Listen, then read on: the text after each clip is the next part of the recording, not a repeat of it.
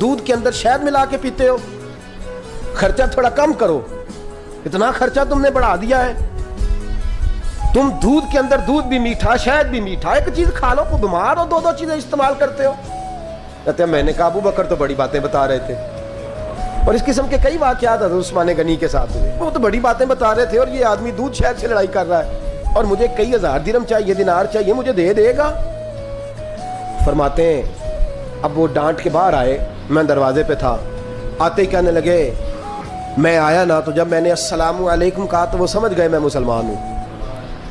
کہتے وعلیکم کہا تو پہلا جملہ انہوں نے جو بولا وہ ان کے بڑے پن کا مظاہرہ تھا. کہنے لگے بچوں کو ایک بات سمجھانی تھی, آنے میں مجھے 1.5-2 منٹ لگ گئے, تو دروازے پہ کھڑا رہا, مجھے معاف کر دینا. بڑے لوگوں کی بڑی باتیں, بڑے لوگوں کی بڑی باتیں, اتنا بڑا قد ہے اتنا بڑا اخلاق ہے. کہنے لگے تجھے ایک بات بچوں سے کرنے لگ گیا تھا, تجھے انتظار کرنا پڑا, ذرا درگزر کرنا. کہتے ہیں پھر انہوں نے دروازہ کھولا, جو اس وقت ان کا ماحول تھا حویلی کا, ڈرائنگ روم کا, جو بھی, مجھے بٹھایا. کہتے ہیں میرے لیے جو پہلی چیز آئی وہ دودھ کے اندر شہد ڈال کے وہ لائے. کہتے ہیں میرے دل میں خیال آیا گھر میں جھگڑا کر رہے تھے, مجھے پلایا. اس کے بعد کھجوروں کا حلوہ آ گیا. کہتے ہیں میں نے کہا بچوں کو کہہ رہے تھے ایک میٹھی چیز استعمال کرو, میرے لیے 3 آ گئی ہیں, 3 آ گئی. عجیب شخص ہے. کہتے ہیں میں لیکن ابھی میرا تصور جمع نہیں. میں نے کہا اتنا تگڑا نہیں جتنا حضرت ابو بکر نے بتایا ہے. کہتے ہیں کھلا پلا کے نا پھر پوچھنے لگے کیسے آئے ہو, کیسے آئے ہو.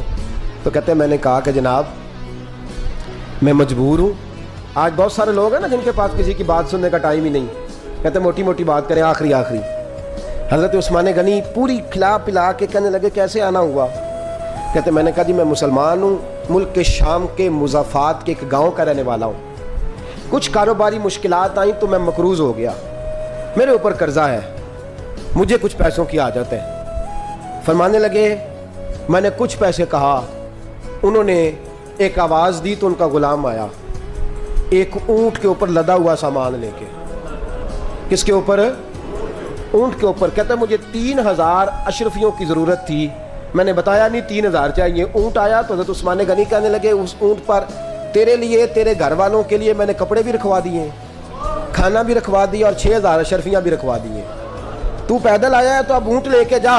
کہتے میں نے کہا حضور اونٹ واپس کون کرنے آئے گا؟ کہنے لگے واپس کرنے کے لیے دیا ہی نہیں تو تحفہ ہے, تو لے جا. کہتے ہیں میں کہاں سے چلا تھا ڈھونڈتا اور مدینے میں آیا, اور جب مدینے میں آیا تو پھر اللہ نے جھولی بھر کے عطا فرمایا. کہتے ہیں میری آنکھوں میں آنسو آ گئے, اور میں نے کہا حضور آپ نے تو میری ضرورت سے کہیں بڑھ کے نواز دیا ہے, مجھے معاف کیجئے گا. میں سوچ رہا تھا کہ دودھ شہد پہ گھر میں لڑائی ہو رہی ہے.